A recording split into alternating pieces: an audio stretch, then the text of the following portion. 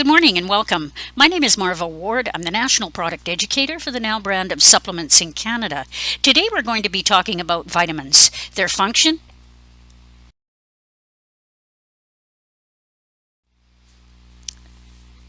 Vitamins are vital organic compounds or nutrients. To be defined as a vitamin per se, it cannot be synthesized in the body in sufficient amounts to keep us alive. Basically, it must be obtained through our diet. There's 13 nutrients classified as true vitamins, and I've listed them here. Vitamin A, the B vitamin family being B1, 2, 3, 5, 6, 7, and 9. Vitamin C, D, E, and vitamin K.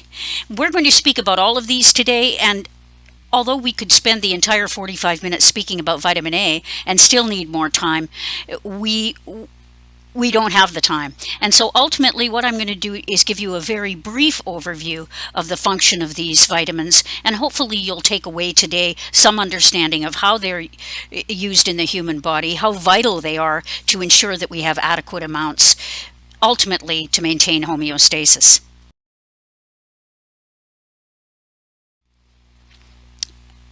Vitamin functions. They're essential for normal growth and development of multicellular organisms.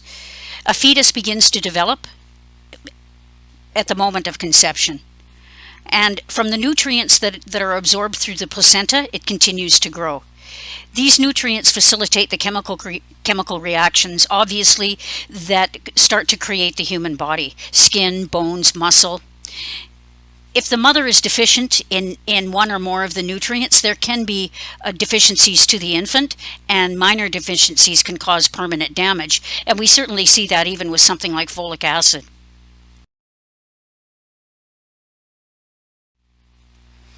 Vitamins remain essential nutrients as we grow and into adulthood.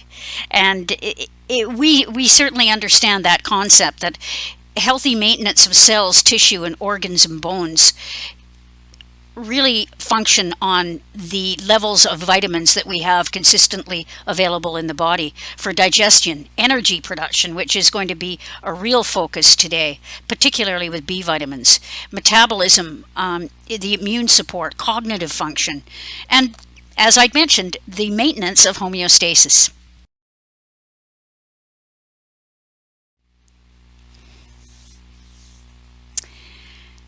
Now, for the most part, vitamins are obtained from our food, and I think that we've really we've said that in a couple of the different slides. However, there are some that can be obtained through metabolism in the body. Gut flora, for example, will produce vitamin K and biotin.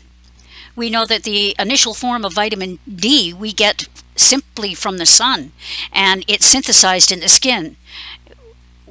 Then it's converted in the liver and the kidneys, and ultimately I'll be speaking about that as we carry on today.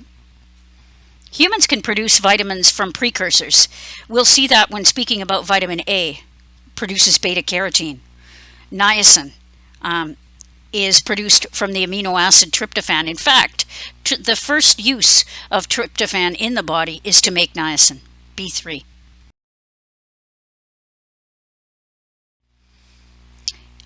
I always think looking at history in absolutely everything I do is pretty amazing and profoundly interesting. And so discovering the dates that human beings realized vitamins were in food, I think again is certainly just interesting conversation, if nothing else. Vitamin A, retinol in cod liver oil, right down to 1941, folic acid in leafy vegetables. So it really hasn't been that long that we've recognized the importance of, I think, scientifically recognize the importance, because we've determined that these nutrients are in these foods.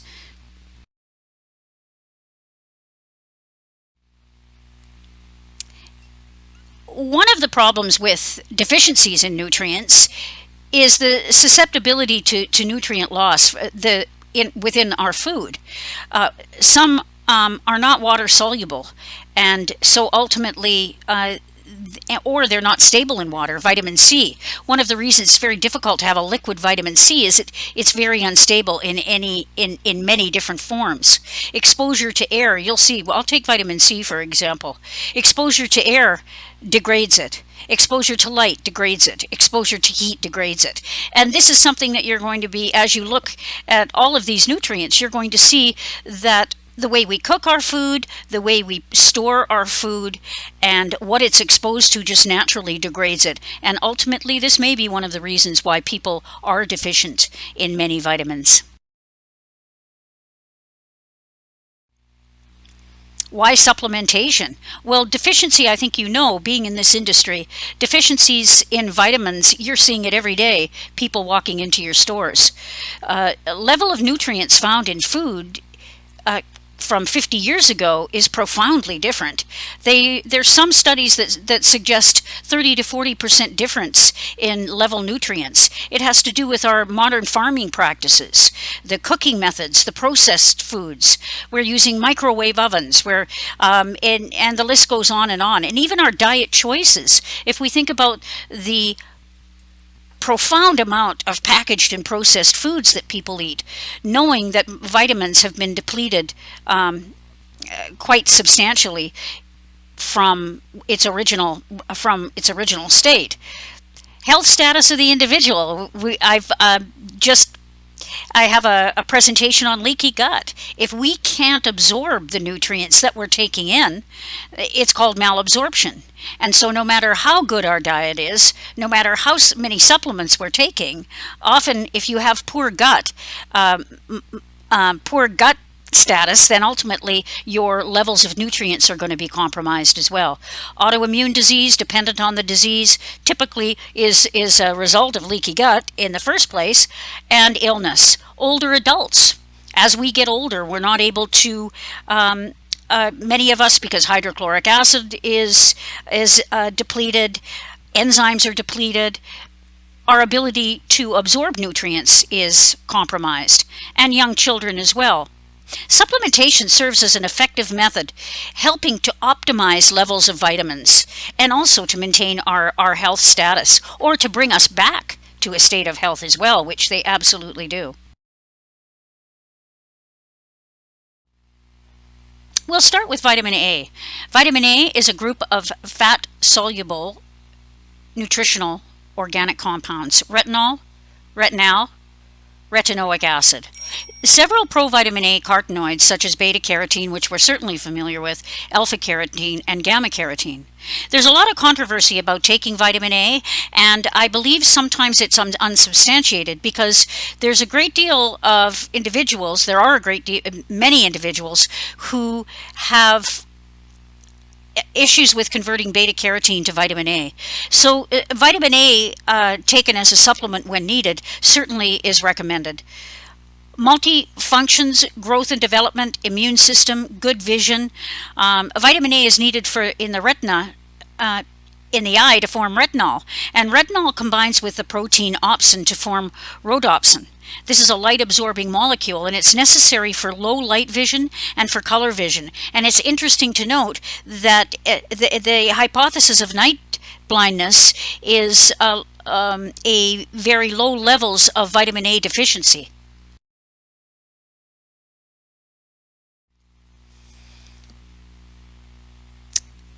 Vitamin A as retinoic acid. Retinoic acid is a metabolite of vitamin A, and it's a hormone-like molecule that mediates the function of vitamin A, growth factor in epithelial and other cells. So the metabolic function, everything from vision to gene transcription, immune function, skin health, bone metabolism, antioxidant activity as well.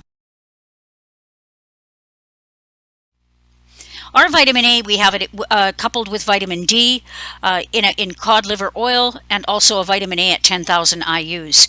It's recommended, and always has been, that the individuals do not take more than 10,000 IUs of vitamin E per day.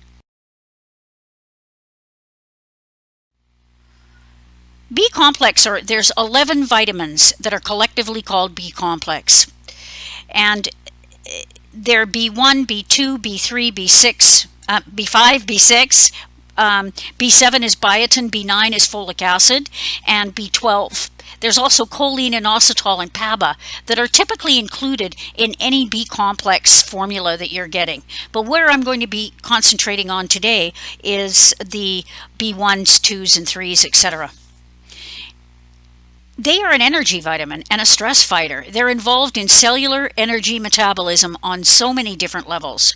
Glycolysis, the Krebs cycle, and the pentose pathways all involved in ATP production and energy production in one way, or directly or indirectly.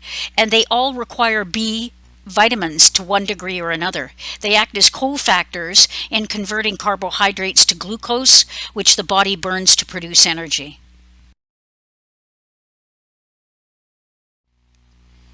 Glycolysis converts energy stored as glycogen, typically in the liver and sometimes in the muscle as well. And it converts the glycogen into glucose molecules in order to provide us with an energy source. It requires B6 and biotin for this particular conversion.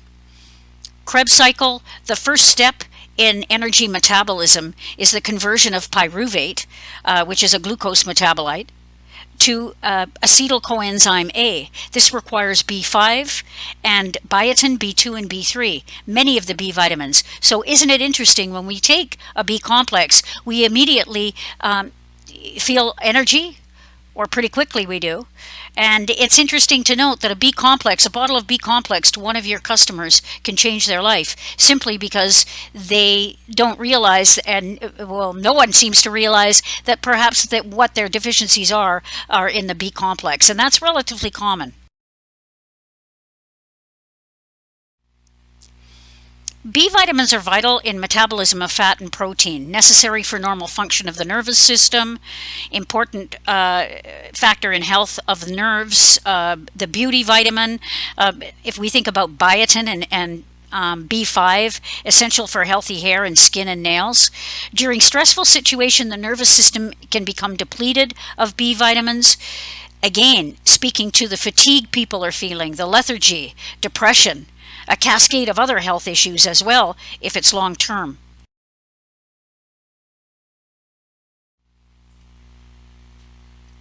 Now has an absolute array of B complexes and single B vitamins available to you. In the complex, I like to bring your attention to the sustained release. I love this product because it is not a time released, so there's nothing in it that causes that is toxic or suspect in any way.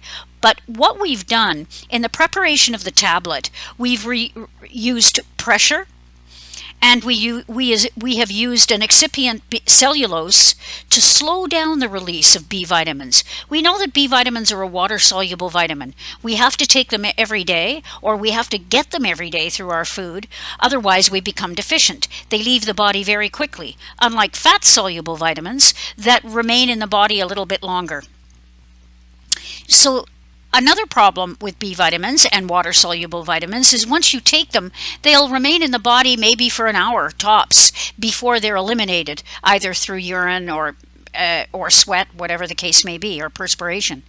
So this sustained release, what we have done is we've taken the excipient cellulose, which slows down the release of the B vitamins into the bloodstream, and also compacting the tablet into a very solid little form, again slows the breakdown of the B vitamins and ultimately slowing the release, giving you an extra hour possibly of the action of B vitamins in the body.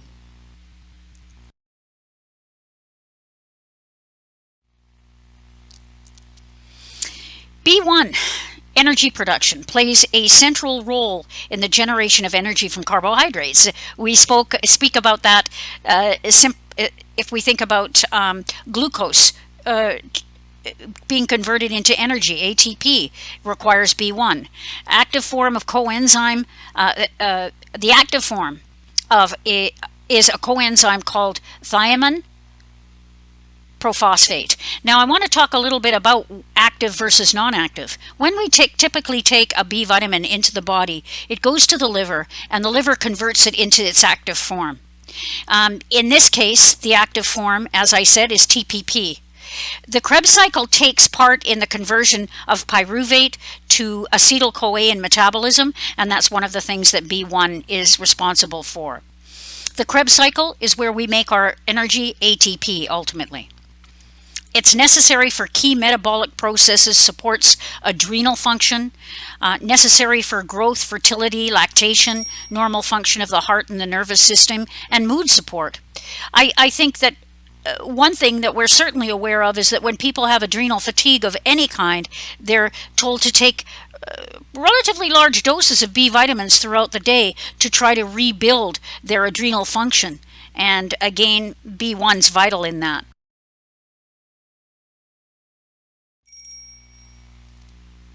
Riboflavin energy involvement. Again, the electron transport chain is also where we're making ATP. The Krebs cycle, or the citric acid cycle, same thing. Catabolism of fatty acids. And what that does is the fatty acids are broken down in the mitochondria, again, to generate acetyl-CoA, and it requires a B2 for that function. Recycling of glutathione. Glutathione is the body's #1 premium antioxidant, and it supports liver production and protects the liver, quite frankly. Metabolism of iron. B2 is necessary to mobilize iron from storage to incorporate it into the cells. So isn't that interesting? When people are iron deficient, it possibly could be related to a B2 deficiency. Again, people are iron deficient. They should be taking vitamin C and a B complex. Of course, as well as iron.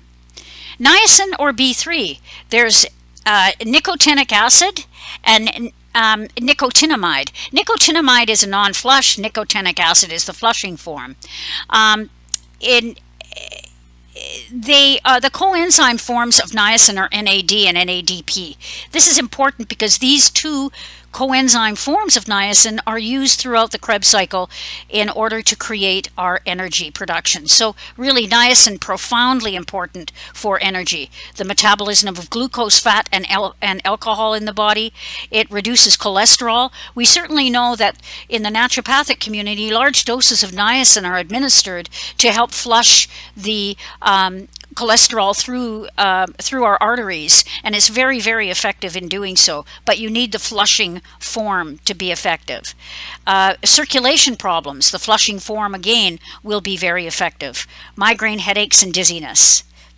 Often niacin is said to be very effective for those. Again, circulatory issues.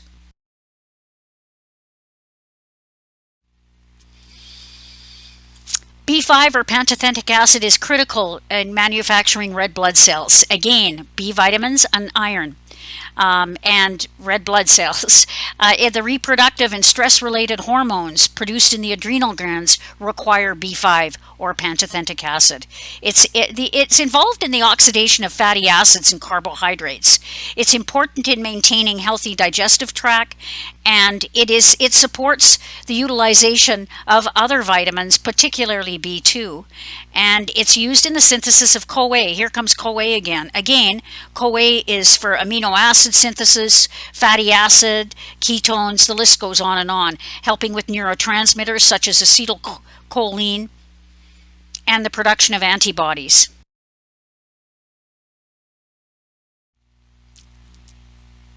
Our immune system. B6, I love B6. It does so many fantastic things in the human body, and many, many individuals are deficient. There's pyroxine, pyridoxal phosphate, which is P5P. This is the active form of B6, and pyroxamine.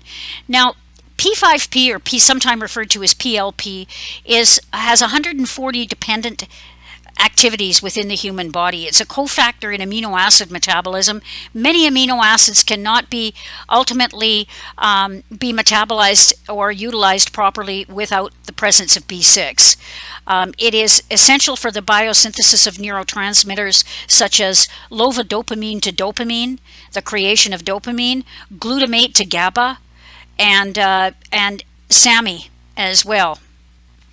It reduces homocysteine. If we think about the methionine pathway, methylation, that it in order to convert homocysteine back to methionine, it requires B6, B12, and folic acid. This is very, very problematic because many individuals are deficient in all of those, and ultimately it can trigger gene expression that you don't want to trigger. If you have sufficient amounts and you are methylating correctly, you will not trigger unwanted gene expression. That's called epigenetics, the study of epigenetics. PMS and menopause for both emotional and physical symptoms. And it's interesting to note that often carpal tunnel syndrome can be helped with doses of B6 because it's often a reflection of low B6. Morning sickness as well. Morning sickness is said to be more virulent in individuals who are low in B6.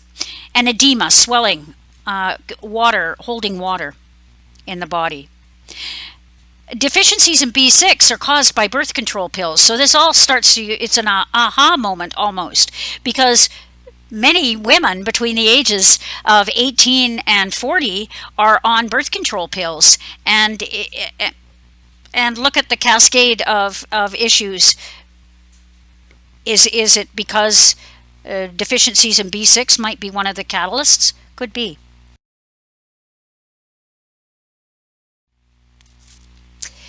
B7 or biotin, it's a water soluble necessary for normal growth and body function. Gluconeogenesis, again, this is conversion of glucose into energy as well. Glucose synthesis via amino acid precursor, that's what gluconeogenesis is. It's creating glucose from an amino acid. This typically occurs when people, if we look at athletes, because I have here written down in a fasting state. When athletes are in mid-race and they've completely run out of ATP, what the body does is uses amino acids in this gluconeogenesis function, turning amino acids that are stored in the body into glucose, ultimately allowing for the production of ATP, giving that athlete more energy so that they can continue their race.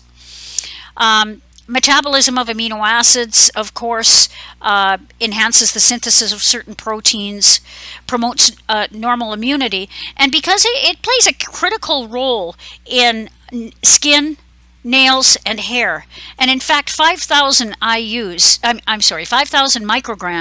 of biotin per day has been shown to be very effective for individuals who are suffering from hair loss. And it will reverse that hair loss problem in many cases. It's a cofactor in CO2 transfer of 4 different enzymes, CO2 transfer, of 4 different enzymes.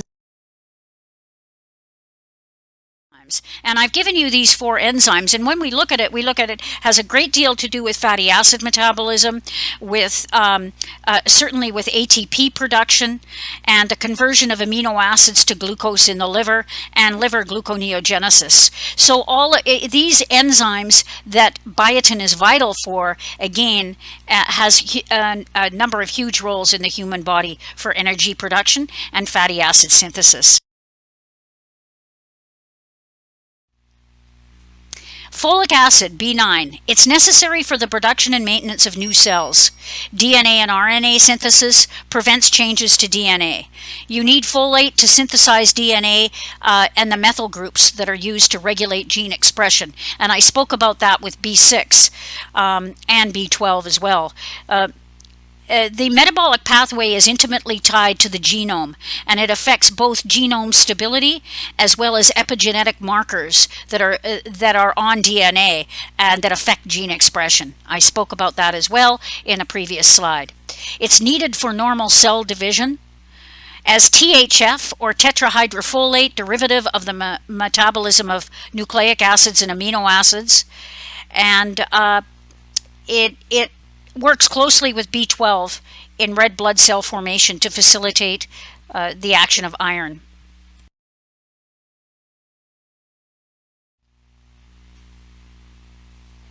B12 is water soluble. It's cobalamin. That's what B12 is. There are several types of cobalamin in the human body. Hydroxycobalamin, methylcobalamin, and adenzylcobalamin. Methylcobalamin and adenzylcobalamin are the active forms of B12 that have different functions in the human body. Methylcobalamin does not convert to adenzylcobalamin, nor does adenzylcobalamin convert to methylcobalamin. So it's really important to have both types of cobalamin in the human body to be used for different functions. Cyanocobalamin is not found in nature. It is not found in the human body.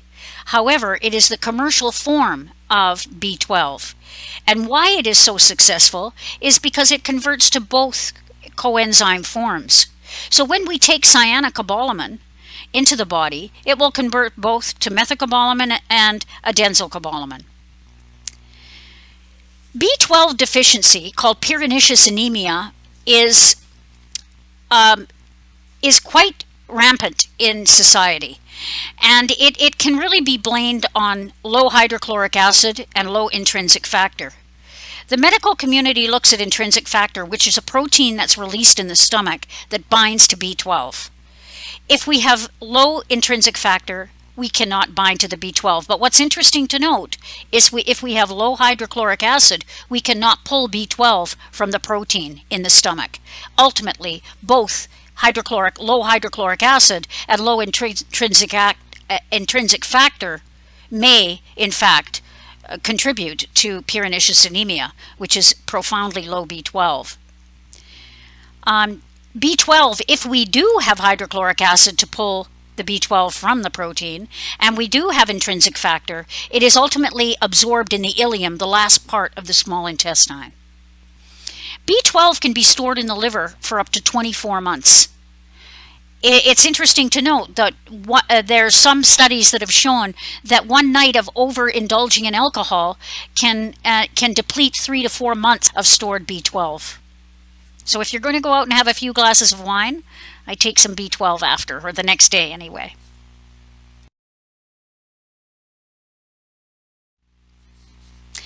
B12 and metabolism, the normal function of the brain, the synthesis of neurotransmitters, regulating mood, helping with methylation.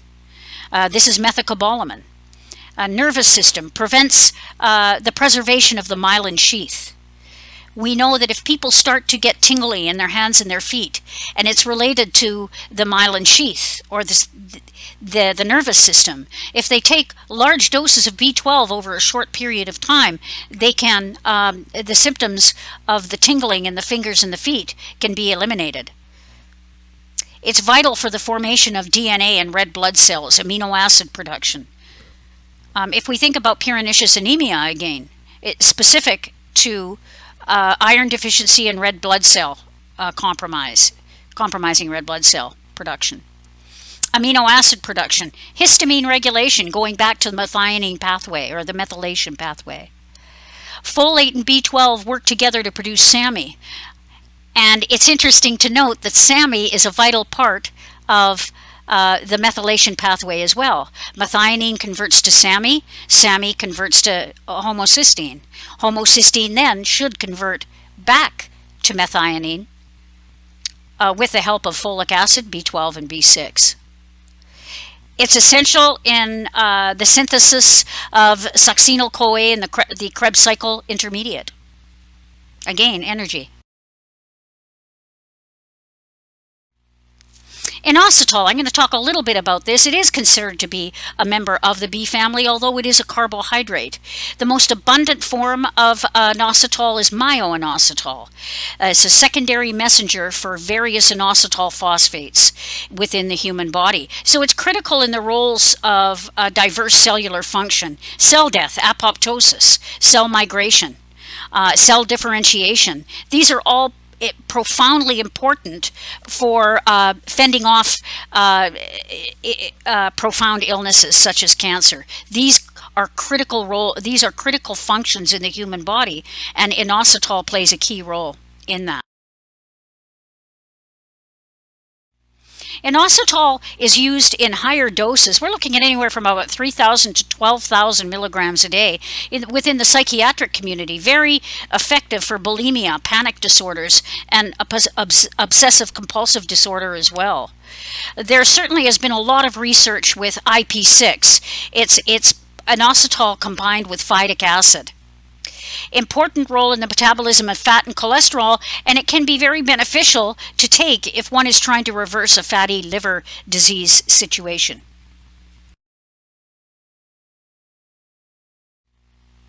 B vitamins, as I'd mentioned, we have the complex, but we also have a full array of single B vitamins as well.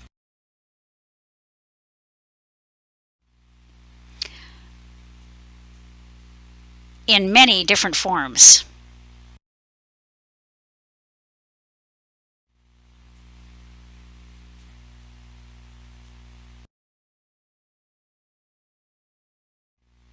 Vitamin C is a water-soluble vitamin. Regular consumption through food and or supplementation is vital. And as I'd mentioned, water-soluble vitamins do not remain in the body for very long, typically no longer than an hour. I would say with much of the studies with vitamin C, you're going to see that it's pretty much about 45 minutes before it has left the body.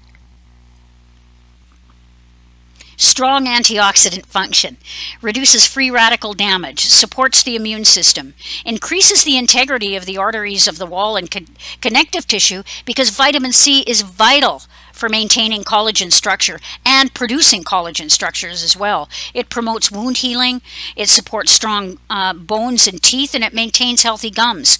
If you think about the wound healing and the structural aspect of vitamin C, it's a vital component in the protocol for leaky gut.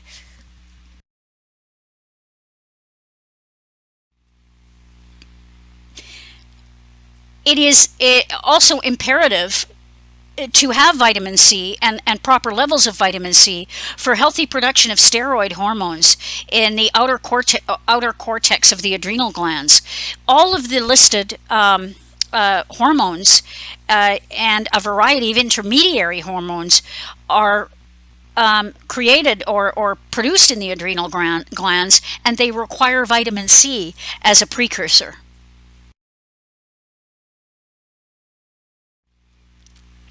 Depression, norepinephrine. I think if we go back, if we think about dopamine, in order for dopamine to convert to norepinephrine, it requires vitamin C.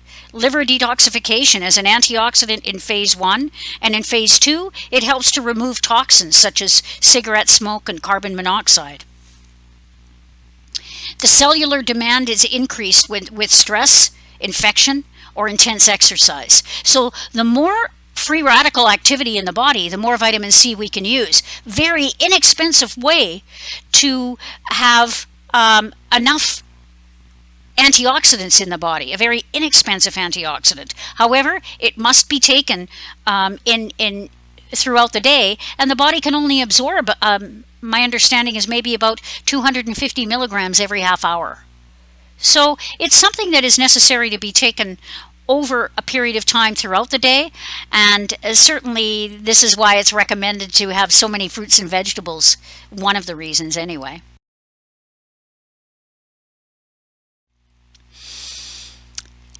Again, it's interesting to note where we're getting our vitamin C, where your highest amounts of vitamin C are in foods, in servings of foods. And on this particular slide, broccoli, Brussels sprouts, very high in vitamin C.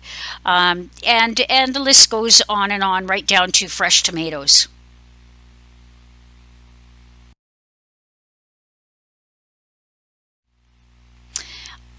Our list of vitamin C is again profound, and we also have this sustained release technology in the 1,000 milligrams of vitamin C, and these are citrus free. They have bioflavonoids, and they are citrus free. You'll notice a lot of our vitamin C has the option of citrus free. Some people have allergies to citrus. Acerola cherry in an extract powder form. I'd like to bring your attention down to the second last item, which is buffered C complex. This product is, to me, one of the most versatile and effective vitamin C's in a powder form, very inexpensive. A quarter of a teaspoon is 1,100 milligrams of vitamin C. And being in powder form, it's something you can carry along with you, and throughout the day, just simply putting it in water, or whenever you have any type of a snack, adding a bit of vitamin C to water and taking it along with your snack.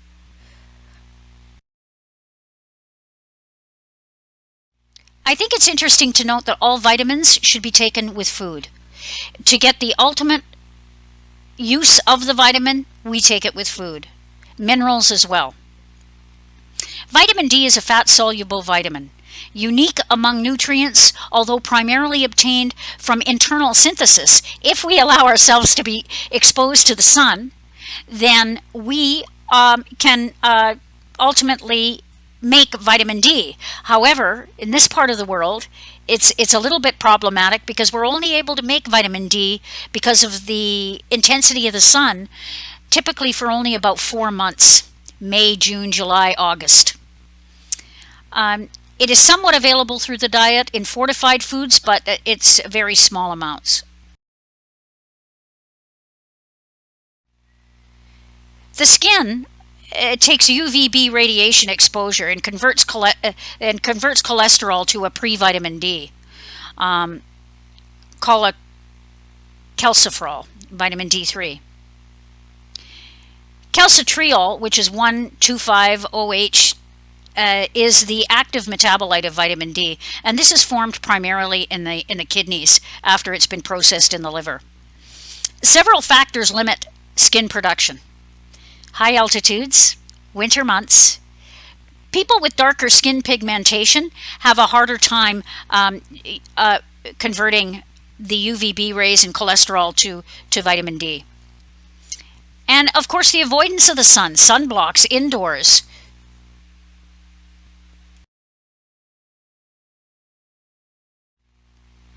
This is a pictorial, very basic pictorial on how vitamin D is absorbed with the UVB rays, the cholesterol, pre-vitamin D,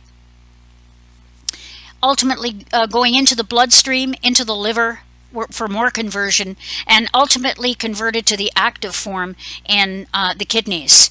It's absorbed into the intestine. It increases bone mineralization. Immune cells, vital for immune cells. I'll talk a little bit more about that as we carry on. And again, the tumor microenvironment, it inhibits the proliferation of tumors. It induces differentiation, and it inhibits angiogenesis.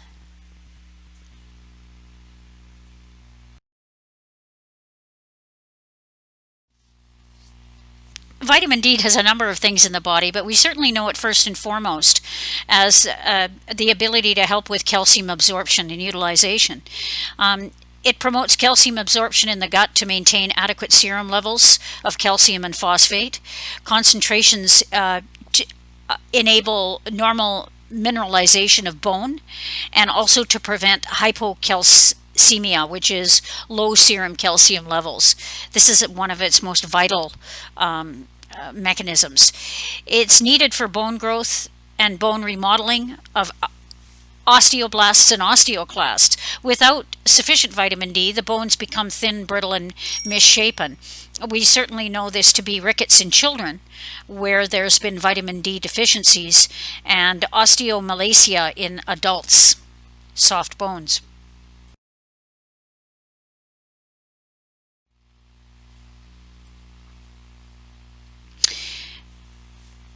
Over the past 10 years, I think that science, the medical community, and certainly the naturopathic community has really started to understand the multiple metabolic roles that vitamin D has in modulation of cell growth, neuromuscular and immune function, absolutely immune function, reduction of inflammation. The modulation of many gene encoding proteins that regulate cell proliferation and differentiation and cell death. And this is something, it is a a precursor or a supportive to these proteins. It's the conversion to active vitamin D. Many cells have vitamin D receptors, and some convert it to the active form.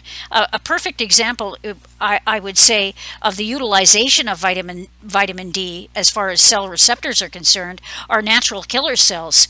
Natural killer cells really are the Rambo cells of our white blood cells and our immunity. And they can kill anything, and that's their job. However, they're activated by vitamin D. They will lay dormant. These Rambo type cells will lay dormant and will not be active unless there's sufficient vitamin D in the body that they can access through their receptors. Pretty amazing.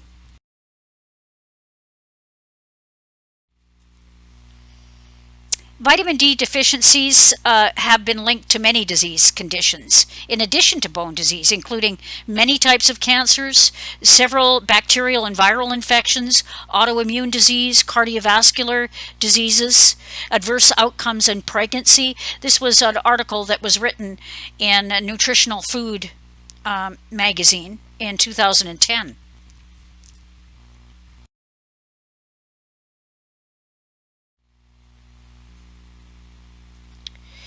We have many types of vitamin D, and many types that are available to you in many different formats. 400 IUs, 100 IU, 1000 IUs, even the children's liquid drops, 100 IUs per drop, and the vitamin D liquid extra strength, 1000 IUs per drop. This is ultimately at 30 mils is almost I believe it's a 2 or 3 year supply of vitamin D if you're taking 1000 IUs per day. We even have the dry vitamin D2 for vegans, and we have a D3 with K2 as well. I'm going to talk a little bit about the dosing of vitamin D. It's very controversial, and certainly within our industry, there's people that take 5 and 10,000 IUs per day and religiously, and in some cases probably to their betterment. There was an interesting article that was released, and it was a study, both U.S. and China, I believe, that had noted that the recommendations of vitamin D by the health organizations throughout the world might have been a miscalculation, a mathematical miscalculation. And although most countries are recommending that the dosing be anywhere from 400 to 800 IUs per day, this particular study and article suggested that it was a mathematical error, and that actually the true dosing that we should be doing is 8,000 IUs per day. And that's an interesting hypothesis, and certainly an interesting article to take a look at, to really consider that perhaps the recommendations that the health agencies throughout the world are recommending were calculated based on a miscalculation.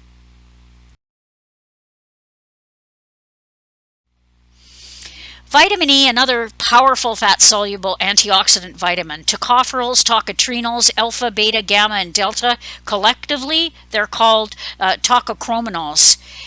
They're absorbed in the intestine, transported to the liver. Tocopherol is preferred, utilized, and re-exported through LDL and HDL cholesterol for transport into other tissues. Transfer of tocopherols from the lipoproteins to the peripheral tissue promotes the enzyme lipoprotein lipase. The concentrations of tocopherols can vary, and they're used differently amongst different types of tissue.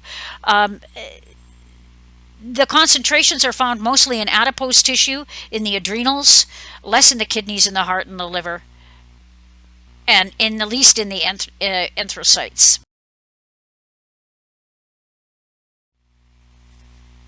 The mechanism: every tocopherol and tocotrienol has different antioxidant mechanisms, and this is what's so exciting about vitamin E. The oxidation of lipids is preceded by a chain process. I find this fascinating. It's mediated by free radical activity, peroxyl radical. This peroxyl radical serves as a chain of free radical activity within the body. The initial step is a hydrogen atom is abstracted from the fat by this peroxyl radical. The main function of tocopherol is to scavenge this lipid peroxyl radical before it's able to reach the lipid substrate. So before this peroxyl radical can target the fat, vitamin E's role is to annihilate that radical by being the antioxidant. It prevents propagation of this chain reaction of oxidative stress, and tocopherol is able to scavenge peroxyl radicals much more rapidly than the peroxyl radical can react to the fat substrate. Pretty remarkable.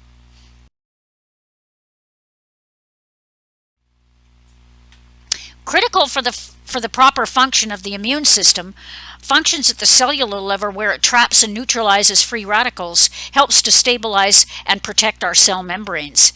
Our cell membranes are really, if we think about the outer cell membrane, is mostly made up of fats, and these fats are subject to oxidative stress, and it's vitamin E that protects that. Particularly important in the healthy maintenance of tissue, they are most vulnerable to oxidative stress. So if we think about our blood vessels, the eyes, the lungs, and the red blood cells.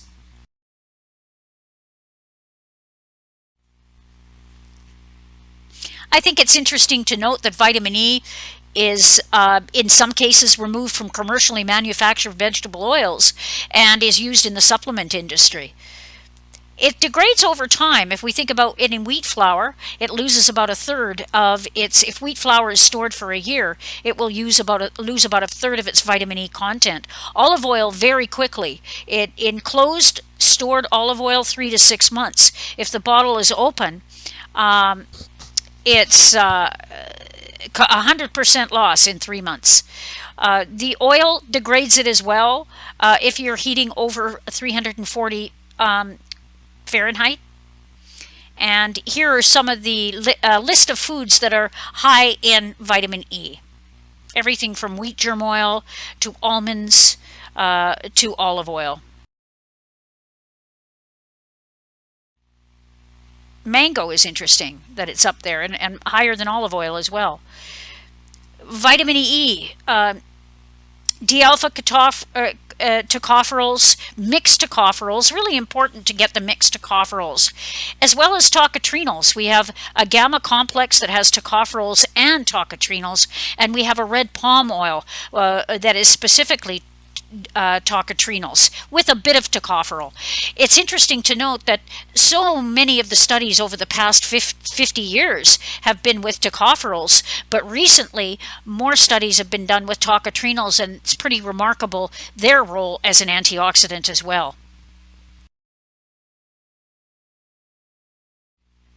Vitamin K refers to a group of structural similar fat-soluble vitamins that complete the synthesis of proteins that are required for blood coagulation, and this is vitamin K1. Without vitamin K, blood coagulation is seriously impaired, and there can be uncontrolled bleeding. Utilizes proteins to manipulate the binding of calcium in the bone and other tissue. Vitamin K related modification of proteins allows them to bind to calcium ions, which they cannot do otherwise. Low levels of vitamin K also weaken bones and promote calcification of the arteries and often soft tissue, and I'm going to speak quite a bit about that.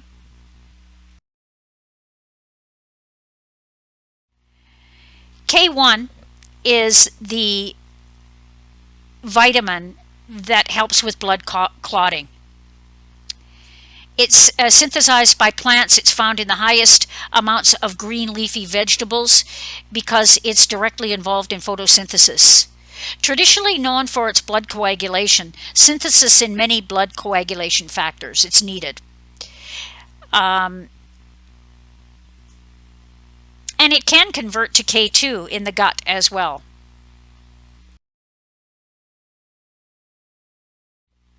Now K2, interesting. There's MK7 and there's K2 MK4. Both of them do the same thing. It's just that MK7 lasts longer in the body. I've given you on the first bullet that M is menaquinone. It's the K is the vitamin K, and the 7 is the number of isoprenoid side chain residues. Basically a little bit of chemistry there. It is essential for bone and vascular health. And what they're finding is that when you get hardening of the arteries, or people's arteries are blocked, it's often most of it often is not cholesterol. It's calcium. And so what MK7 and MK4 will do, and really K2 will do, is it activates carboxylation, this protein, GLA protein, which prevents the buildup of calcium in tissues and arteries. So if you activate this protein, this matrix GLA protein, you're less likely to build up calcium within the tissue and arteries. But what it will also do is it will take the misguided calcium that it already exists in tissue, in joints, in arteries, and it will guide it back into the bone. It protects against dental cavities, osteoporosis, heart disease, cancer, and more. And certainly heart disease, absolutely, because of the fact that it removes the buildup in the arteries and diverts it back into the bone. K2 is made from K1, as I'd mentioned. It's sourced from the diet. Almost 90% sourcing is natto, which is soy. That's MK7. Now,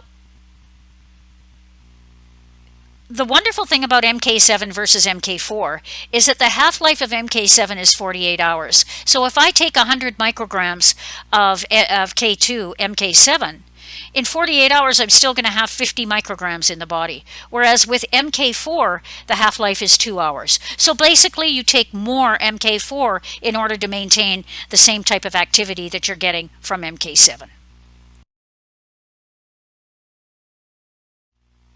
RK2, MK7, K2 is 60 VCAPs. We also have the K2 in the MK4 format with 300 milligrams of alfalfa, and then D3 with K2 as well.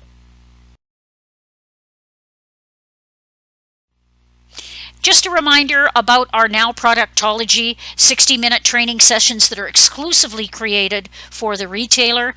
And these topics, there's over 30 of them now. They range from amino acids to xylitol, and they're free to the retailer. To register for these and to perhaps try a few to see how you like them, you register with the top URL on the right-hand side. And then ongoing access to these courses is at the bottom URL. And I really encourage you to try some of these little courses because they are chock full of valuable information. I'd like to thank you for joining me today. Have a wonderful day. Bye now.